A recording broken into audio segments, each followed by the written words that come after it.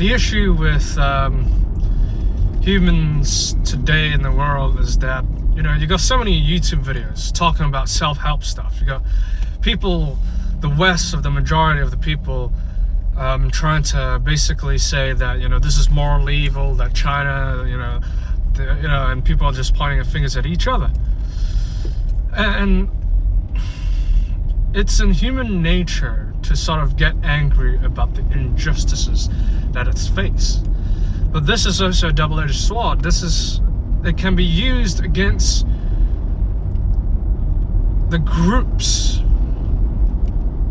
that are controlled like us. We're consumers. In most of the Western world, in the ones that we live in Australia, New Zealand, and the US and Canada and the UK and so many other European countries, the facts are that they have been existing as a homogenous population for a couple of centuries. That's why a lot of these white people and a lot of these people defend that Japan is sort of, in their right to hate the foreigners, because we established ourselves in a heavy tribalistic society that refuses to give up not its identity, but give up its persistence in telling itself that, to be honest, race doesn't matter. It's how we treat one another. But because of also the language barrier and the cultural barrier, and a lot of these other people, like the Germans, they're very particularly keen on privacy. And so when you try to converse, if you're an outgoing person, it depends, you might not come to terms with these kind of people. Overall, and people talk about China because they need a scapegoat. They need somebody to blame. They need to feel that they're morally correct when they're using morally incorrect attitudes and behaviors to justify that China is authoritarian, that they will say anything and they will defend that isn't China authoritarian. But you can't come up with also another excuse that, no, it's not authoritarian, because they will provide anything to say that it is, and they won't listen to you, whether the United States is more authoritarian than China. The UK, Australia is more authoritarian than China. Overall, even as a person, as a Chinese, you are Asian. You're not part of, you're not part and parcel of what the government in your own, where your ancestors are born from. You're not at fault there. But because the West has always sought supremacy over other countries, over other places, when we look at China, we look at the history of China. Every empire in history has always had a sense of expansionist, imperialist strategy, from Rome to Germany, to ancient Germany, to Europe, to possibly even China, which was dealing with its own borders back then, especially the Han dynasty, to Vietnam, to Southeast Asian empires, to Mongolia, to every empire that you've named, Persia, France, Assyria, the Middle East. Today, those empires have fallen because they've simply continuously pursued conquest rather than economical control, which is what the West did. The West has pursued conquest as well, but it changed the idea of conquest, to which, in fact, all past empires, like the Roman Empire, has not given the same kind of... Rome actually also was a democracy, even if it was a military autocracy. It had democratic elements in it. And it was, of course, Greece who founded democracy, but as of that, then, they wouldn't be able to understand, because you look at Athens and now, it was always a democracy. What happened to Greece in modern times? The failure of NATO, its bankruptcy to its American banks, European banks, and its own, and a lot of things. But that wasn't what the people wanted. When we look at the UK, it had, sadly, you got to hand it over. It's not about democracy, but about their ability to conquer and settle in other countries, because they knew they had to establish an economic dominance over native tribes. So in the past, when you look at the world, when empires were busy trying to conquer each other over inland, Britain knew from the start that it had to consolidate and trade overseas. So when you look at going to India, when you look at going to New Zealand, Australia, even then they didn't really thought of conquest, economic conquest as a whole.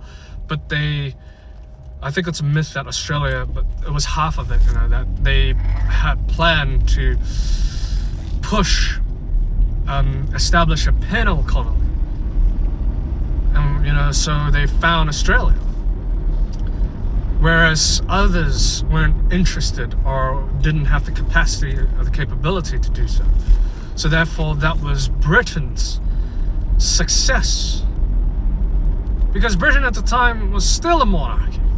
And it didn't have a democracy until it made a parliament. But the parliament was founded by oligarchies, rulers, not just in the city of Rome, but those who already had considerable wealth, and things like the merchants who dictated and founded, especially the Vatican City, which it's not a conspiracy theory. Templars were credited with finding, with actually founding or refining the first modern banking system. Which that was the case. So you got all these legions and lineages of individuals, legions of military imperialist families that control the powers and the seats of the Western world. And it's not a conspiracy to say that it's not a conspiracy theory to say that the Illuminati it's just one of the groups that used to run the world, but some groups may splinter de facto and hide underground, especially when we look at the Illuminati and that the Catholics and the and the governments of Bavaria and the Italian senates and other sort of things that they discussed that they had to control it. But this is driving the Illuminati underground. As to the conspiracy theorists, complaining about like the Bavarian Jews, the Ashkenazis, there is, it may be just complete crack, but we do know that there are groups in power and at work here that dictate the modern forces of the parliaments in the Western world, and that's not a stretch to say, at the least.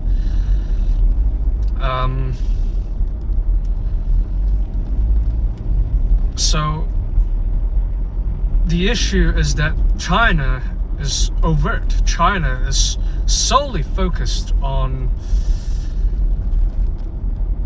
basically removing the overall authoritative ruling elites, of which why the Western government was also so critical about it. Because, simply put, humans are angry that the powerful and the rich and the smart are driven out of their homes and made to be basically killed. It's like a cultural revolution. But the problem is that people just wanted their anger to be placed on anyone, just like 9/11. If you tell me that the Cultural Revolution was heinous, so too 9/11 is. The only issue is that 9/11, they basically had to bully the little guy.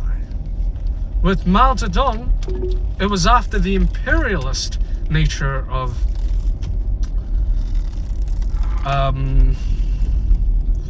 the corrupt dynasty, the dynasty of Qing, and the imperialism of Japan and other forces like Britain.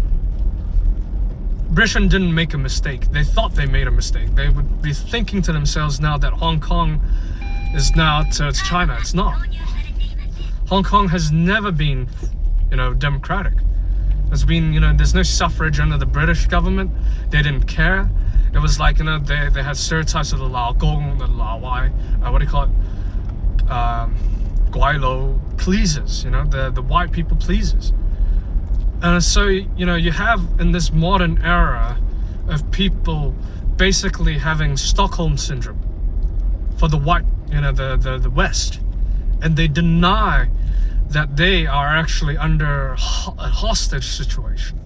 That the Philippines won't admit it, that everybody will admit that they've been given democracy and freedom, when, to be honest, there's no really democracies. You ask Vietnam. In fact, it's so funny and ironic because the West has established unpayable debts to their economies.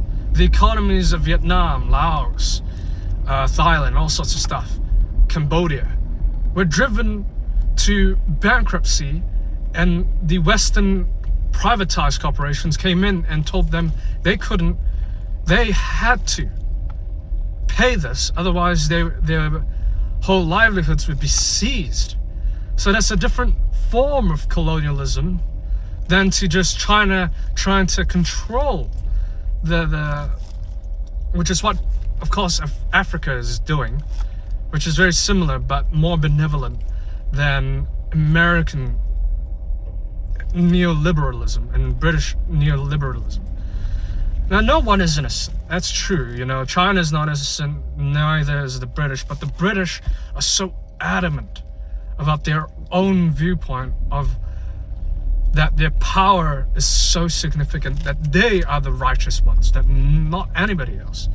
When, of course, in the past, China already has tried democracy. China already has invented. In fact, when we were going through the feudalistic times, we had basically, China was thinking about outlawing, abolishing slave labor. And it was throughout that time when China was, you were just like, if you were born at the time, right, you were basically pretty much a peasant. And to be honest, you would not survive very well.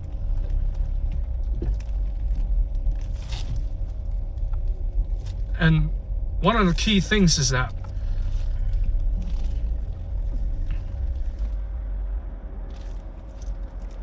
you have to understand that China during those times was constantly throughout upheavals and suffrages, and nowadays that's why you look at the average height of that's why we were racialized. We were, when the Southern Chinese went to overseas, they were mocked because of their nutrition. It's so funny that they condemn our governments and do not help us, but they're eager to pick on us because we were, our generations in Southeast China were so malnourished. We had to suffer.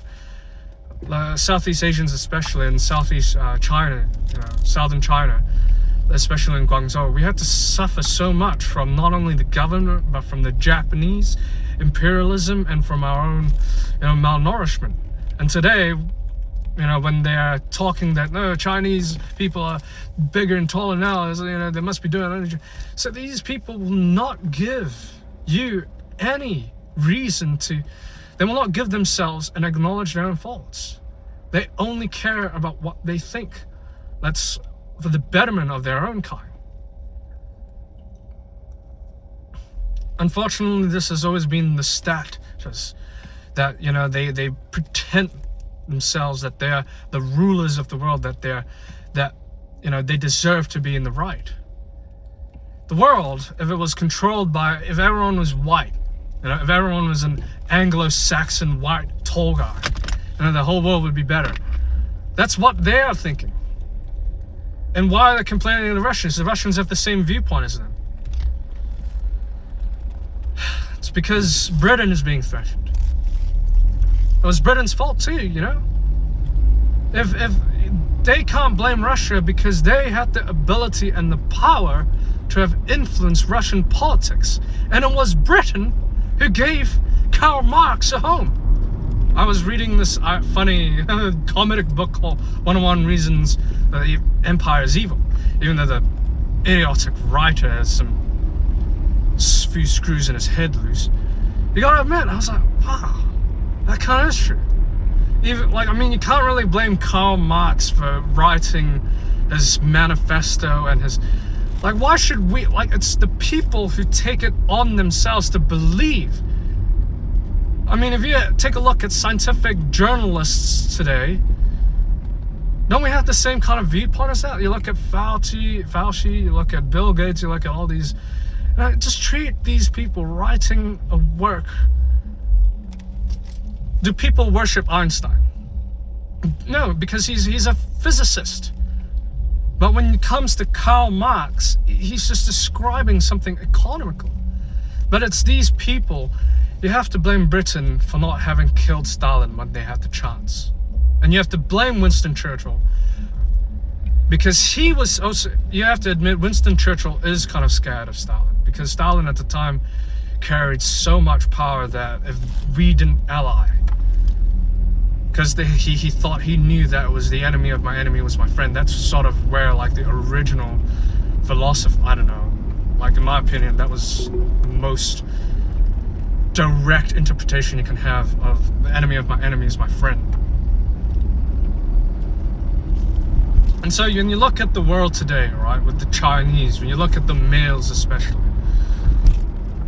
people have to fight for their own survival. And unfortunately, the world is brutal in the fact that these people hide under cowardice, under moral pretentiousness to believe that they're not evil, that China is evil. But when you look at how they frame themselves, China's just trying to, exponentially, ramp up its empire status, just like the United States. And some would argue that the United States is not an empire, but it's, empire is militaristic. And no, an empire does not have to be militaristic solely in its own nature. It just has to control the majority of the influential structure by which that the human beings would dictate themselves to be having. There's no way to put this plain and simple. Life is not plain and simple. It's complex. When we take a look at today the dating standards, we think that males, I'm going to branch off into another topic, but it's only a bit. Tall males should be given every chance. Short males should be mocked and rejected. Ugly males should be absolutely shunned and ignored. So when we come to this kind of fatalistic survival of the fittest point of view, and people claim that, you gotta have your attitude, your personality, they're ignoring the facts that there are also people who you're basically looking for the kind of you're basically looking for the standards to be achieved, but people are not realizing that you can't just look for and select the standards you wish, because you're going to leave out a lot of men, and people say, oh, that's fine, who gives a shit. But when you look at the world today and why it's so violent, increasingly violent, even though people think it's not and people deny that it is, it's because of the rejection.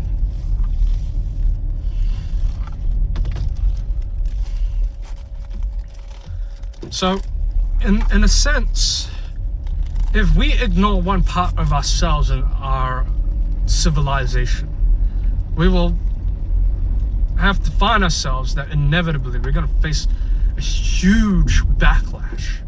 And it's not wrong to have a backlash. In fact, the right to assemble is the first constitution of the US. You might think that, oh, China doesn't, I'm not going to divulge into that, I'm not going to go into that, but China does have its own constitution as well. I'm not talking about the emperor's constitution, but something else. So people refuse to believe that. People think that everything that China says and does is all propaganda, because they do not want to acknowledge that they are the aggressors and not China. They do not understand that in the past, to those who believe, in the past you had people who were colonialists who defend that it was the Africans who were savages, it was the blacks who are savages, not them. No, they were the bringers of the biblical, the biblical, judgmental, moral, all-encompassing, good God. And now everyone's complaining about, like, it's just using the same kind of mentality that the atheists are saying. I take a look at the atheists now, even though they have solid points, they're just using the same tactics as are the theists. Only that they are also pushing for their own point of view. But if an atheist, like, I've not seen, so this is the reason why human beings are unable to progress. Everyone thinks they're all, like, you can't really change the fact that people will not ever humble themselves and acknowledge that the billionaires, imagine if the billionaires were going to say, all right, it's my fault, no billionaire would ever, they would never allow themselves to be thrown into jail. They will hate the Russian oligarchs, but they will never throw their own oligarchs in jail. Never. Which is the reason why we have to acknowledge, in order to fight, in order to fight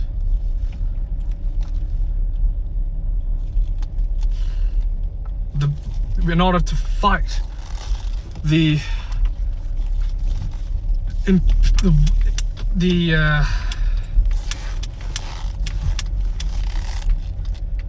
influences of the West, one must realize that they're no better.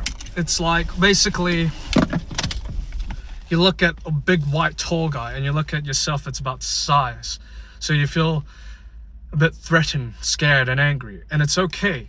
This society is saying, no, you should feel scared. You deserve to. He's more powerful than you. Shut up and, go away. But that's the wrong point of view, because that's the reason why human beings get angry. So that kind of viewpoint that people are espousing now, they take a knife. And now people are complaining, oh, we got active shooters, people with knives and stabs and, blah, blah, blah. Basically, the era that we live in now is that people are worshipping the bullies, not standing up for the little guy. Even though they claim that the bullies are, even though they hate bullying, they're just, these people, they're saying, oh, it's stage, it's like, what's wrong with believing that the survivor of the fittest? We've completely got it all wrong, man. It's not about the strongest. It's not about the tallest. Not about the most biggest. It's about those who survive well.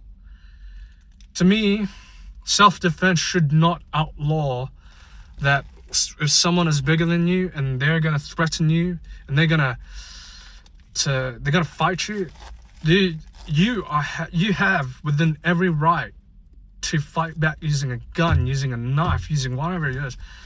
And so this is the sense of like the most brutal, I don't know what to say, but because society doesn't tell people to say, okay, we need to rationalize this, we need to, we're increasingly moving in a direction where everything is just going to go blow itself up with World War III coming and all that kind of stuff. Unfortunately, it's not much we can do unless if we look within ourselves and we acknowledge that we're following the wrong approach, that we've been misled, we've been lied to believe that it's about what we think is right. If we humble ourselves and we acknowledge that China's not the problem, China's an inevitable byproduct. It's essentially the whole world is one big high school that never ended. It's like China's basically the bullied victim, and China's been fighting with its brothers. If I can even basically sum up the history of the world in its present, I would say that Britain is basically the big bully, which gave birth to another bully, which is America, or rather Britain is the big slow father who gave birth to a bully who, the father was a drunkard and all that, and basically conquered and terrorized other villages and neighborhoods, and everyone rallied with him because he was so powerful. Or rather than, at a school, okay, it's like a Korean school, okay. Britain is basically the big guy in the class, and China is the little guy in the class who is big as well, but he was fighting with his own peer fellows. And so now, China has basically got half a bit of a backing, but everyone doesn't want to talk with him. They're just amicable with him. Everyone said, oh, he was a smart guy and all that. And, Britain, I think it's from another class, befriended friends and made friends with another guy who was bulking up. So basically that's America. And America is now trying to hate on China and trying to pick on China. So you got two bullies fighting the little guy, China. So, yeah, that's just the government. But with the dating scene and the dating market, well, the Chinese have all sorts of different various approaches. The Chinese now are competing themselves in the dating market intensely. Especially, you could wonder why that we focus so much more on, that the Asian females are now westernizing themselves because of their own government, because of the history of the government, the one-child policy in which, they killed infanticides of females, and now you've got leftover males, which only the females of Asia choose, the young generation especially today, only choose the tall guys, and the girls,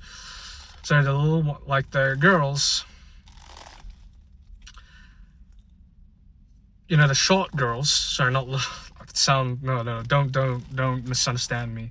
I'm just saying the people who are actually, downtrodden, they're the ones they have to basically hypergamous. It's like the West, but China is rampantly hypergamous.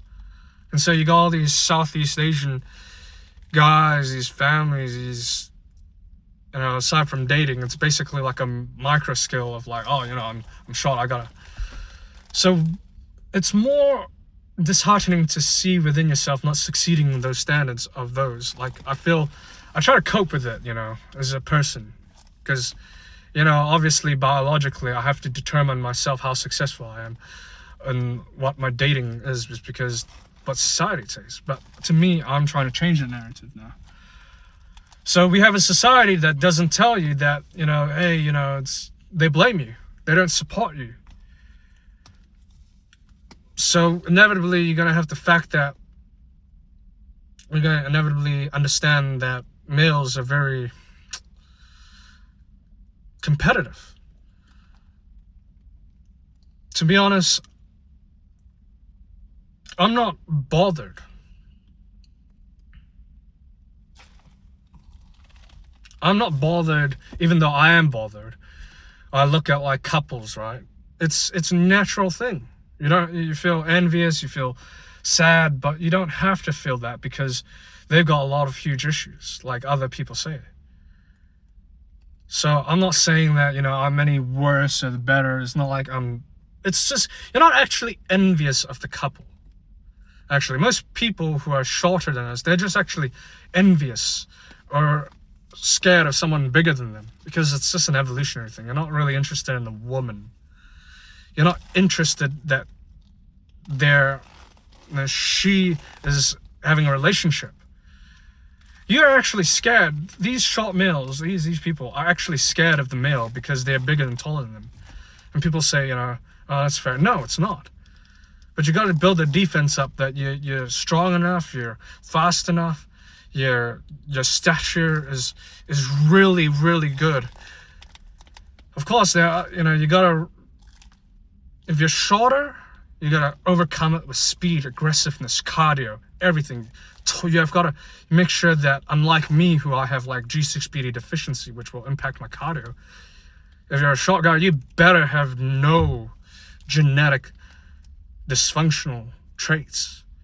You gotta make sure that even if you're a short guy, you could run 2.4 kilometers in 8 minutes like the army record is. You gotta make sure that you're not out of breath. If someone fights you, you gotta be a honey badger. You gotta be a zombie. You gotta be those World War Z zombies who, you gotta like really be violent and aggressive, speed, surprise, and violence of action. It's not because the big guy doesn't know his own power. The big guy is just like, I'll just take it easy on you because it's just small. And he's laughing at you. No. Let them underestimate you. No one's trying to take heat or smoke. It's a survival mechanism, man. The honey badgers deserve to live. It's just that people keep trying to fucking fight with them and eat them and all that kind of shit, especially with crocodiles. So, nature is developed for animals to survive and thrive in these kind of environments. Human beings are a sense of bunch of apes who, are willing to side with the gorillas instead of the bonobos. I don't know what happened, man. Like, you look at the chimpanzees and the bonobos. Now we have to change our ways. We can no longer follow any of our ancestors. We've got to change what we think. Because there's no reference there. Who are we if not our chimp ancestors, or our gorilla ancestors, or our Neanderthal ancestors, or wherever it is? Did we take something from the bonobos? Yes, we do. But what do we do? And look at the world today with all these people, all the energy. You can't really blame human beings for trying to, be so aggressive. Because people need their joy. And so you got the correlation between moral problems, moral issues, and, happiness. People are shrinking down there's the hippocampus, the amygdala. I think with all the world and its toxins in it, it's not much there's little to know. You just gotta go with the flow in terms of maybe finding a job that everyone wants to get you to do, or maybe we need more of we've got a shortage of certain skill sets. But the problem is, if people look down on you, if as a kind of skill set, what's the point? You gotta ignore that.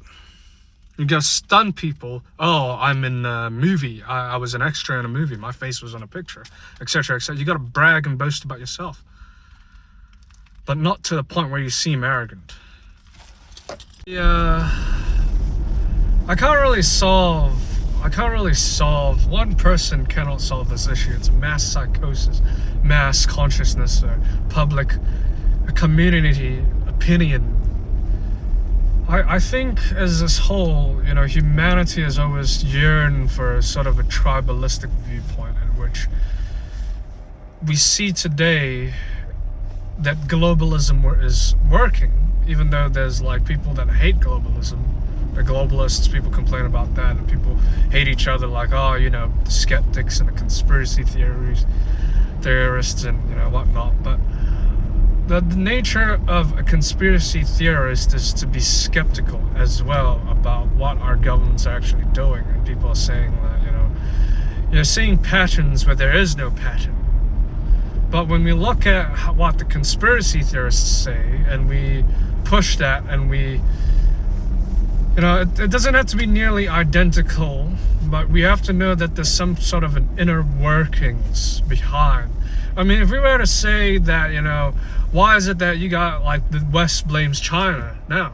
Why is it that Russia, the West is blaming Putin?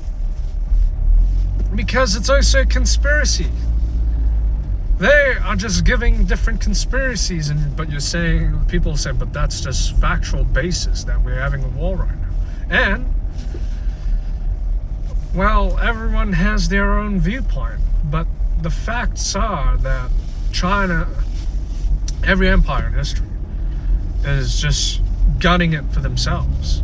They're not cooperating, and they're trying to force each other to compete. They're using the propaganda. So basically the West is saying you got racist people on all sides, right? But most of the time racist people are always from the West, no matter what you say. And it might sound that I'm racist, but as an Asian, it's like, I'm not trying to say I hate the whites or anything. I'm just trying to say because, we're suffering together. We were trying to figure out what to say because, of course, they got their own viewpoints and they're able to, you come off like a racist person, but it's just like, you guys have already your own issues sorted out. What about you? Like I was talking to this Russian guy politically, and I was like, nah. Russia is, the world needs a multipolar world in order to exist. It can't be just one world, that we live in, where the West controls everything. Sure, China is probably bad of itself, but it's not like the US. Sure, China has warred with others, has conquered Vietnam, has done a lot of things, but it has factually settled Taiwan on the basis that the Southeast Asians, the Datun Pek tribe, has settled there. So therefore, it still originally belonged to the Chinese. Even before, you could say that the natives came before the Datun Pek, sure, but the Datun Pek, the natives of that country still came from China.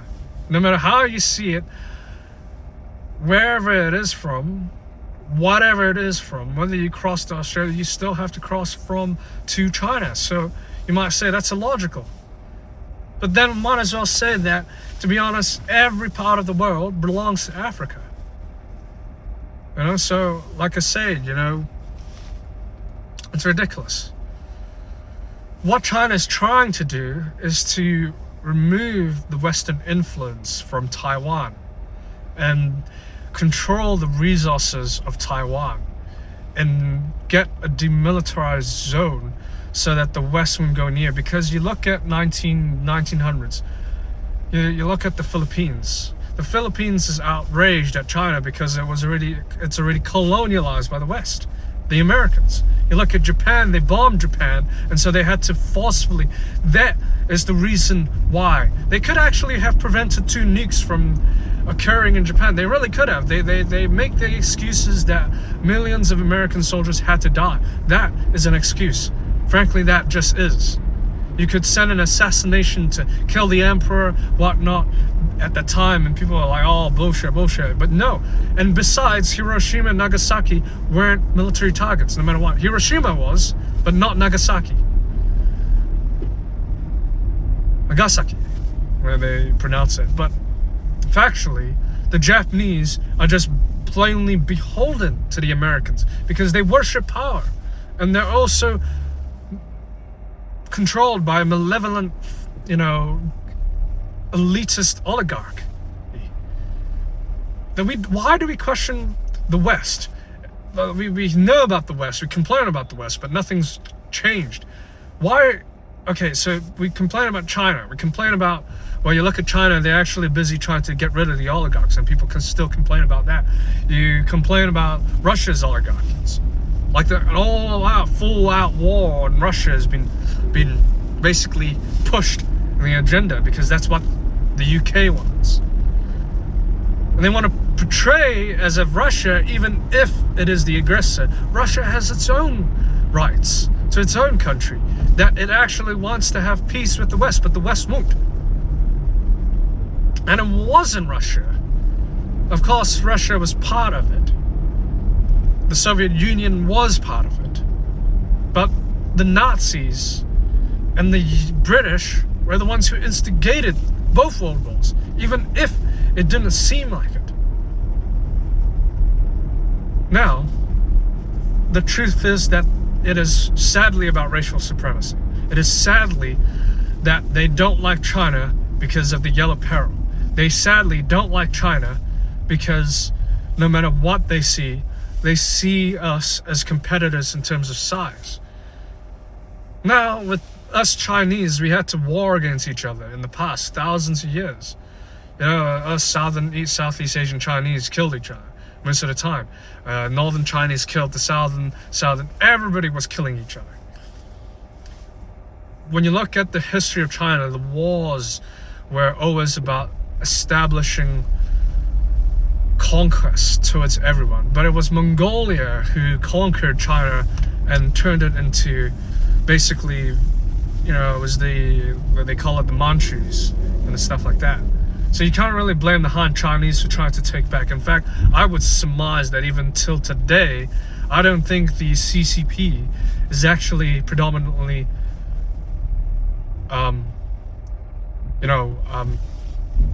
evolved from the Han Chinese. They might say it is. Probably it is, but I don't think with the majority of the Chinese that live in these places, they're not Han Chinese, they're of the ethnic tribes. When you talk about Xinjiang, you talk about all these political stuff. They're like, who's to say that? Who's people can accuse no matter what they want to accuse. But the facts are,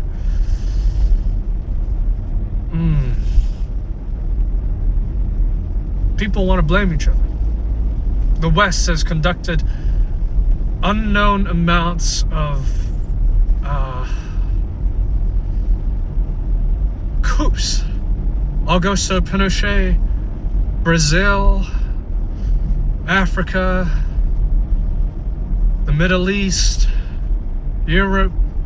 The fact that we have NATO, an American coalition, is already proof enough that if America is leading the North Atlantic Treaty Organization,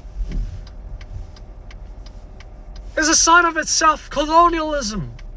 You don't need to say that you're bombing Yugoslavia, Italy, the UN. And people say, but the US have to clean up the missile shit. They're defending and justifying the atrocities of not knowing that the public is being lied to. And you want to say sorry to others. They want to say sorry to others. I want to say sorry to you.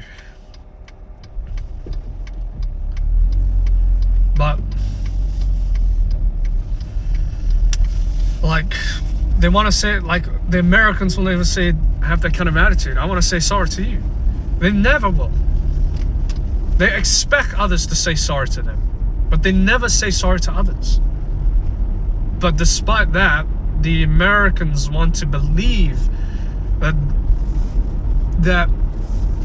they justify their doings. Of course, China can do the same. And China probably is taking a page out of, and besides what China is saying about themselves, even then, even if they're like bad enough that they have, you know, a rampage on their own citizens, who are you to say that America is any different?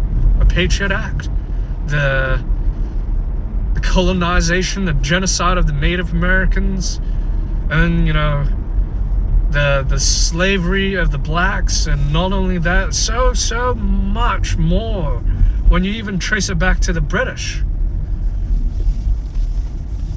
All in all, it's ridiculous. It's utterly ridiculous. You can't really justify that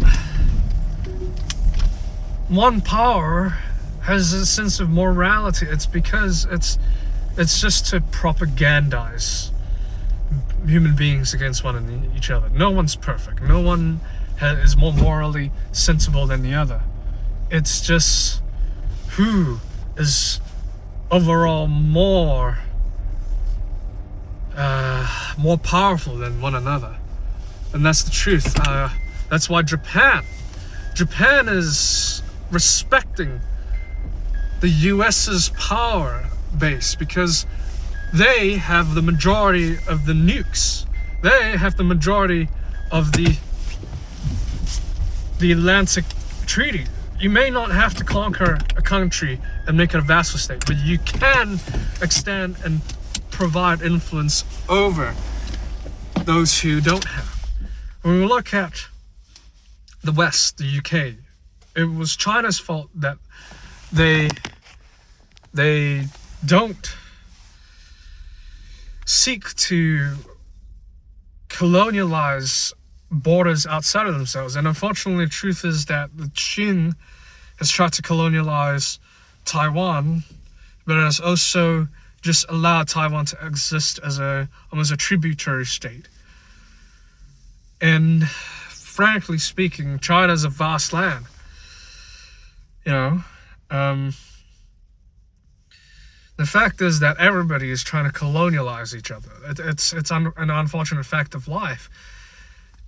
And it's not that colonialism is a good thing or a bad thing. Colonialism is about power struggles. When I look at, especially when we look at sexual marketplace, dating, when you look at the majority of Asian couples, right, I see commonly that there are more Asian white male, Asian female, but there's also more Asian female and Asian male couples.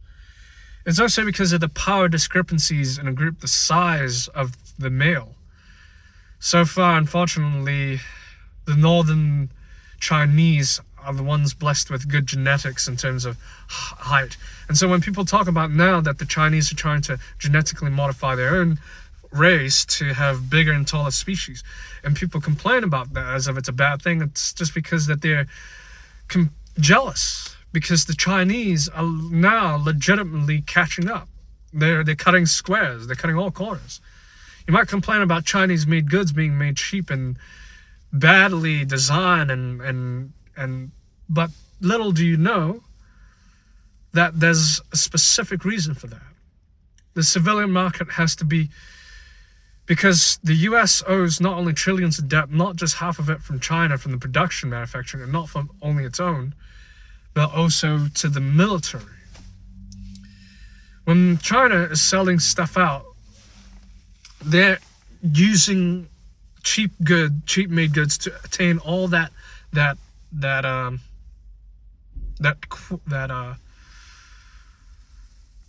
economic powerhouse.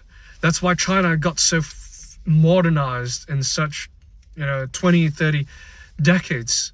they realized that they made a huge mistake with the Cultural Revolution, so they quickly switched gears and they became hyper-capitalist, even though people still complain from that it was a communist government to now to authoritarian government. It doesn't matter, because you look at the US government and the British government, they are almost identically similar, because they had the Patriot Act, they had the net, you basically had Google, who's already monitoring everything. And the reason why the US won't allow a Great Firewall to exist like China has is the simple reason that they're beholden already to the corporations, and the corporations are already doing it. Microsoft, when you install Microsoft, right, a lot of the West has already got Microsoft on their computers. There's a simple fact that you're already being watched, you're already being monitored, and it's not that UK is already on of itself an authoritarian state, especially Australia. Who's to complain that why, who's to point fingers at Australia? Some people, but who's to point fingers at the US? People justify that they have the freedom to complain about their government. When you look at the Patriot Act, they couldn't. So when people would downplay, would laugh, would mock at the conspiracy theorists, and already that's a fact of itself. That kind of mentality is even more effective of a propaganda than what China does. China is more of a overt than a covert kind of authoritarianism than the United States is. There is no way to put this simply and plainly, as much as people need to believe. They just don't want to believe it. Now, if I was a bigger Asian, right? If I was a big, tall Asian, of course I would not bother, because I could date someone my own size. But if I was a smaller guy, people would pick on a smaller guy, and therefore you have to feel that you're not as unworthy as, but I'm diverging into things. It's just essentially the micro and the macro scale of what China is and what the US is essentially almost a similar sense of what it is. That, how do you define this?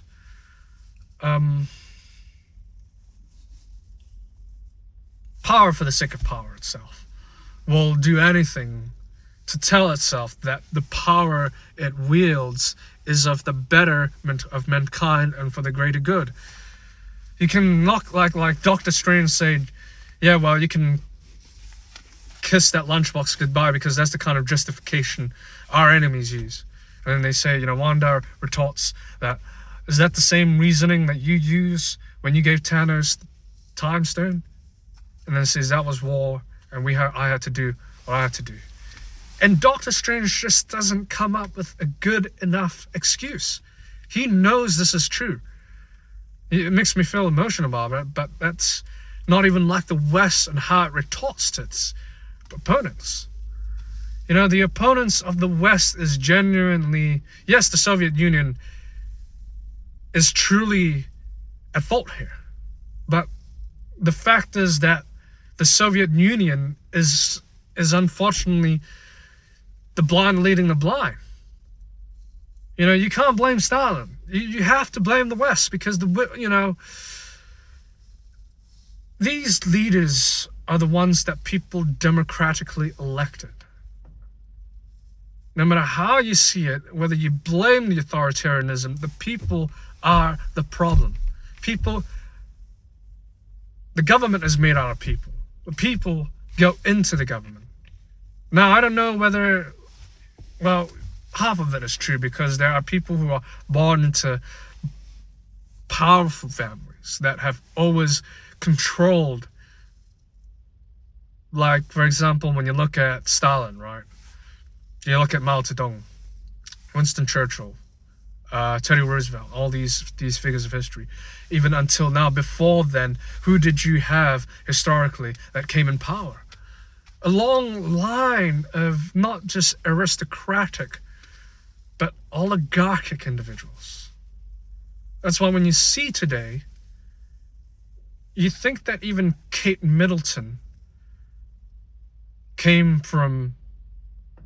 was just a commoner. She might be a commoner, but yet immense wealth.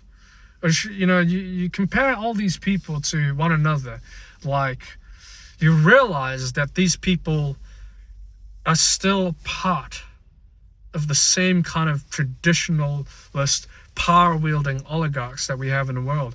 And people are now injected, I don't know, you can call me a fucking nut job or whatever, but people are injected with the vaccine, or I don't know, the science, or people are just made to believe that they're successfully convinced now, that the majority of the world's population are successfully convinced that they should abide by the ruling families, of how the ruling families operate. People defend the billionaires. People they mock the little guy. And so when you look at it, that how the world treats the little guys, the Davids, you can't blame them. Now, I'll tell you a simple fact of life. No, I'll tell you what it is right now. People are rooting for Goliath, and they're shaming David, and they're telling that David's unfair to use a sling, and David's unfair to have God on his side, or they're just laughing and bluffing that David's not having God on his side. I'll tell you a simple fact, honestly. That's the life that we live in now.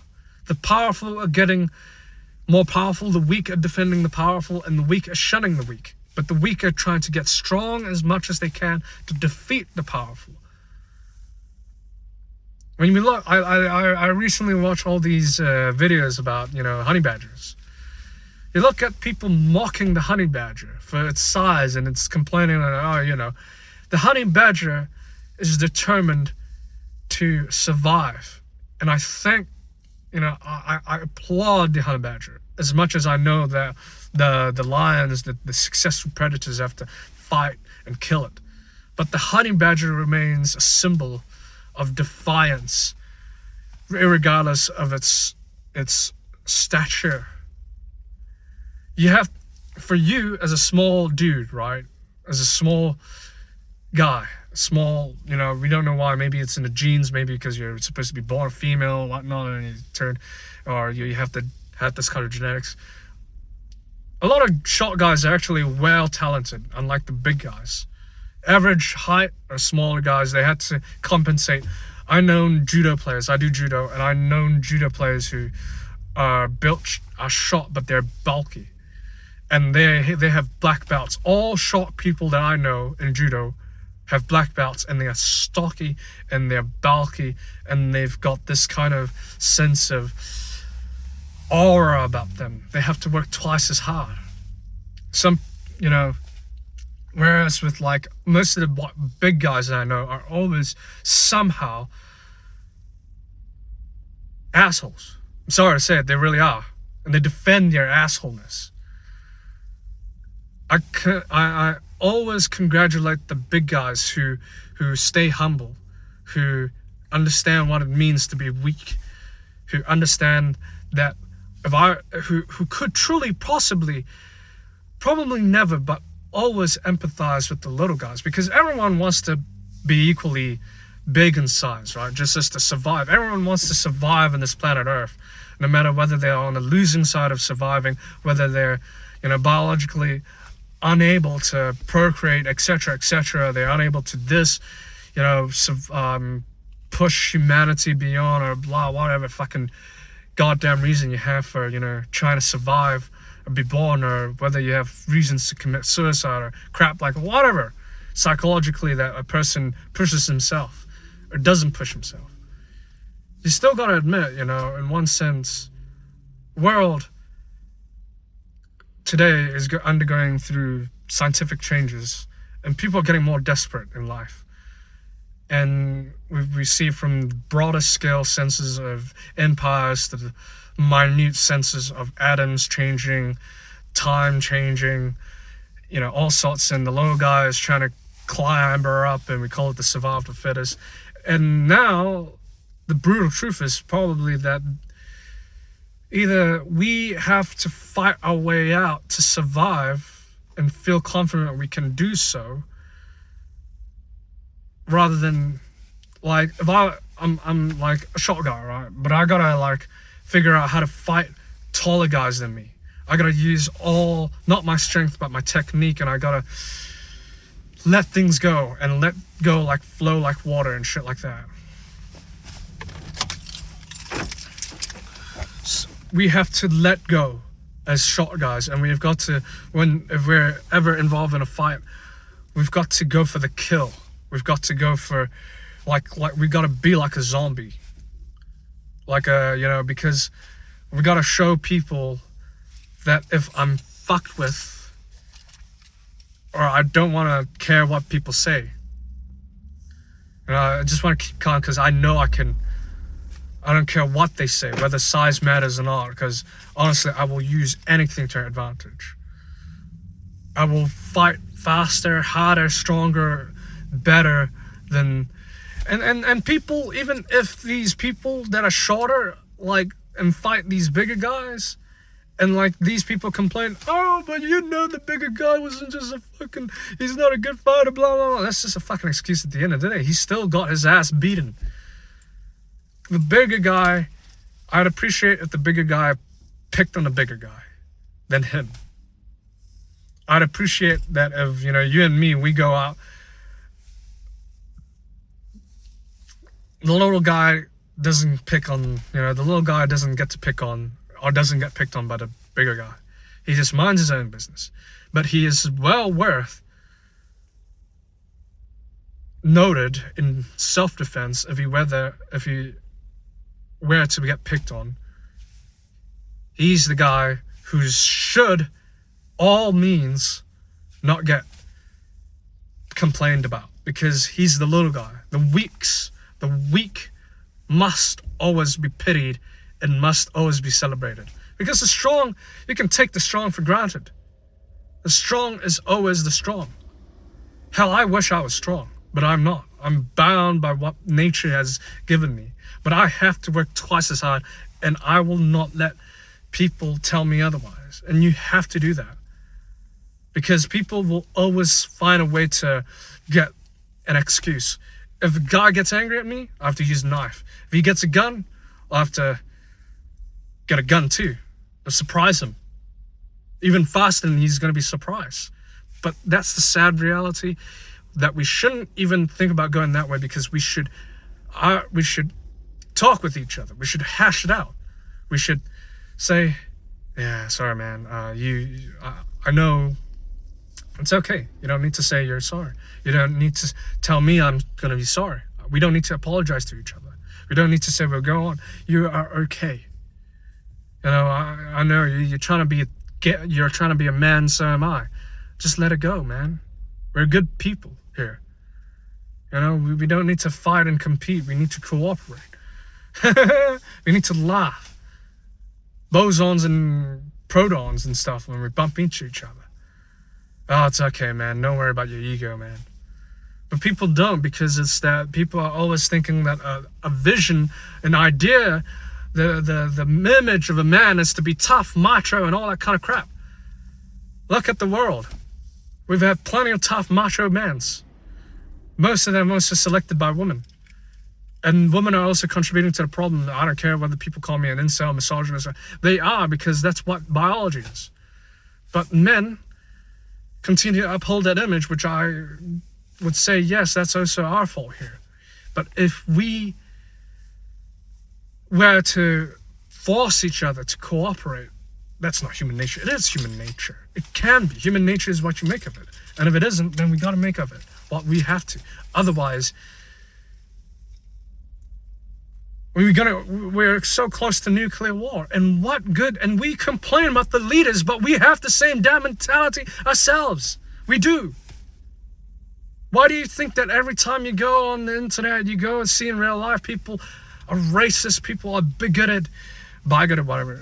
People have this kind of mentality. And of course, we all have our own fair share of faults, and we have the same kind of mentality because we are also influenced by it. So we gotta get out of it. But people don't have the willpower. People want to make themselves feel good about it. And that's the issue at heart. So we've got to change that. We've got to change what it is that we are doing. Otherwise,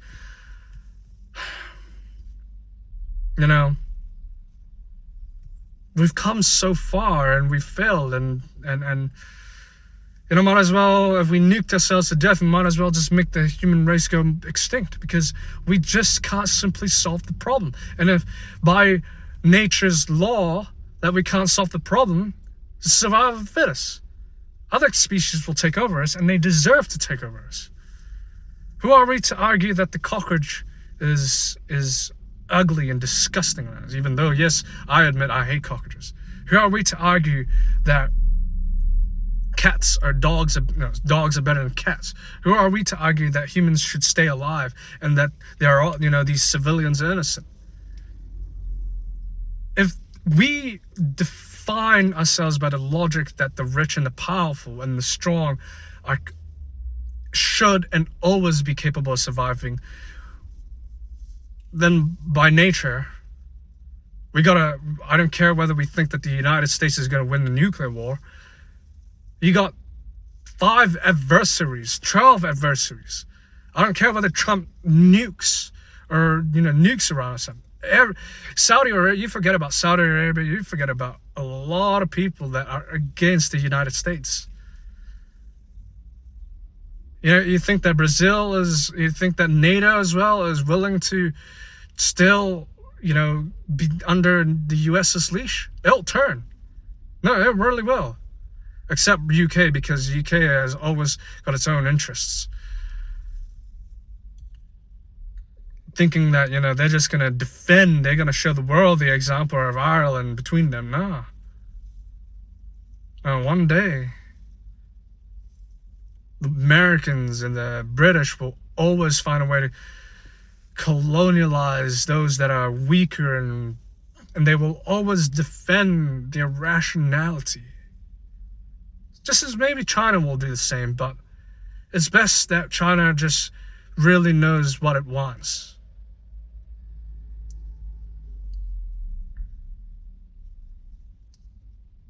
I think, as a matter of fact, not much can be done, except it's really a person's perception of how they view the world, in ignorance or in self-awareness or in enlightenment. Otherwise, people aren't just going to make the cut to it's not the politicians' fault, it's ours.